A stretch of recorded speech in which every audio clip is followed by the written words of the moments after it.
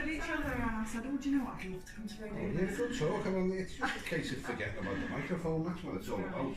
I'm just keeping the conversation, you know. We'll just chat so you'll flow. And don't forget it's pre-recorded, you know. Well, you are a star, aren't you? I was so...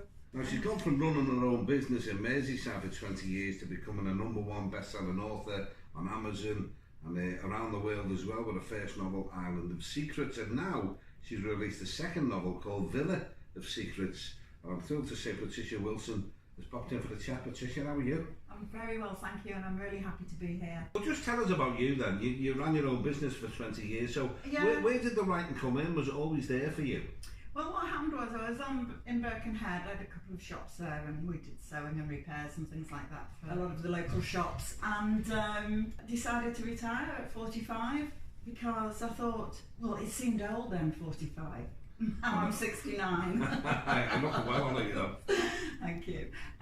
So I decided, you know, I could retire, so I did, and I went to Crete. A year later, I was so bored to death, you know, there's only so much sunbathing you can do. So I decided to set myself a challenge each year and work on it like a job. So I did that, and it worked great. I learnt to sail, play guitar, I did some building work and self-sufficiency, and I'm dyslexic, so I decided I'd try and write a book because that would be really difficult to do. So I wrote a book, and it was so awful. Nobody wanted it. But the thing is, I completed the challenge, and then I went on to photography and a few other jobs. Then I moved house, and I was gardening, and I dug up a rusted machine gun in the garden and a lot of bones. I was so shocked. I took it to the local Cafe Neon. You know, it's where all the old men sit in the day and drink and gossip. It was so moving because people started telling me what had happened in the village. Some of the old men started to cry, and it really moved me. Anyway, when I learnt the story, I just thought I've got to write another book. I'd learnt the mechanics of writing a book with my big failure. And about 6 months later, some of the old women started knocking on the door and telling me their story. Wow. And some of them had never told anybody before. They were in their late 80s, early 90s, and they were going to take their story to the grave because there were pretty awful things that happened to them. And they seemed to think, because I was a stranger, that they could talk to me. And besides that, they spoke really Cretan dialect, and I didn't understand everything they said. So I had a little tiny tape recorder I bought here from Argos. So I put the tape recorder on and I recorded what they were saying. And then I had a Greek lesson once a week. So I took the tape to the Greek lesson. Well, that was the end of the Greek lesson because the teacher was crying. She transcribed the yeah, and they were so moving. You wouldn't believe some of the things that happened. So this is what you based your novel on? This is what my story is based on, how strong those women were. You know, you see these little old Greek women when you go on holiday and you think, oh, they've been picking beans and cooking stews all their lives. But actually, they were amazing women. I mean, they survived and they rescued their children and they rebuilt the houses, and they had nothing. The Germans took everything, their spades, their hammers, burnt the houses out, burnt all the crop. They had the winter to face with absolutely nothing. It was an incredible story, and so when I got to the end of it, I sent it to an agent. Well, actually, to be perfectly honest, this is the only thing I've got in common with J.K. Rowling. I sent my book to 75 agents before one of them said, really? I want this. How do you cope with that rejection? I mean, you put your heart and soul into a book and you've sent it away and you're getting all these letters back.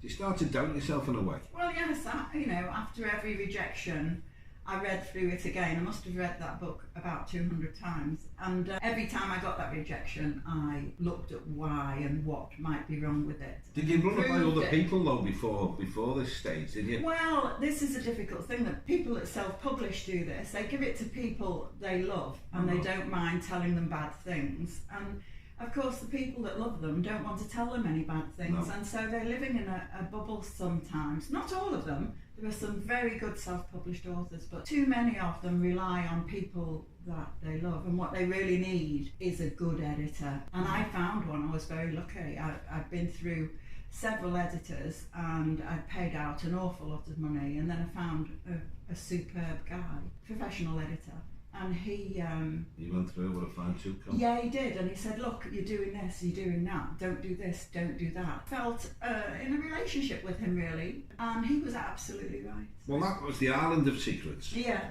Now, the success of that obviously makes it a bit easier, I would imagine, for you to get in. Yeah, your next because one. I think that a lot of writers starting out don't know that when you get an agent and you get a publisher, it's almost always a 2-book contract. So you have to have a second book almost ready. You have to have a storyline at least already, because you've got 12 months to get that second book onto the shelves in the shops, and it's not much time. Does it follow on from the first one, the second one? Different story, but the same genre, based on a true story of injustice. 3 generations of women and how they overcome. Was that the most difficult one to write, though? I mean, you had all this material coming at you for the first one. Oh no, because if you research, you find out so much about anywhere that you are. I thought about writing about a female freedom fighter in the last war, and when I was looking it up, I came across some incredible information, and so the 2 things sort of gel together, and it's a great story. Although I say myself, it is a great story, and it is still going on. And right at this moment, the outcome of this story has changed now. And you live in Greece, don't you? I do live in Greece. I love it. Have you ever thought about writing your life story? Oh, it's too awful. What was the first book about? The one, you know, the one you said? Oh, it was, it was a novel? Yeah, it was a novel. It was about Dublin, because, you know, I class myself as Liverpudlian, and all Liverpudlians love Dublin as well. And just go to Holyhead and go over, you know, drink some Guinness and some Jamesons, you know, and enjoy the crack, you know how it is. And I love going there, but I'm one of those people that needs to have a reason to do everything. So I thought, oh, write a book about Dublin, that's great. So that's what I did. But I suppose that was important. And you were saying yourself, you learned. Oh yeah, I learned a lot, and I love the city. I say that the Irish people are so like the Cretan people. They drink pochine, and in Crete they drink raki, and it's very, very similar taste. They like the music, you know, they play the fiddle, and in Crete they play the lira. The same. Right. The dancing is similar, except the Irish don't move their arms, and the Cretans, you know. Do you get great inspiration in your surroundings now? Oh yeah, listening to people. You know, last time I was here, I hadn't been on a bus for about 30 years, and I got on a bus to somewhere. I didn't know there wasn't a conductor anymore. And then I got in a seat next to an old woman, you know, and she was talking to me. She said, oh, I remember when. And she started telling me a life story, and it was absolutely fascinating. And I wanted to get off the bus with her, you know, and say, come and have a cup of tea. Tell me more. Because people have stories.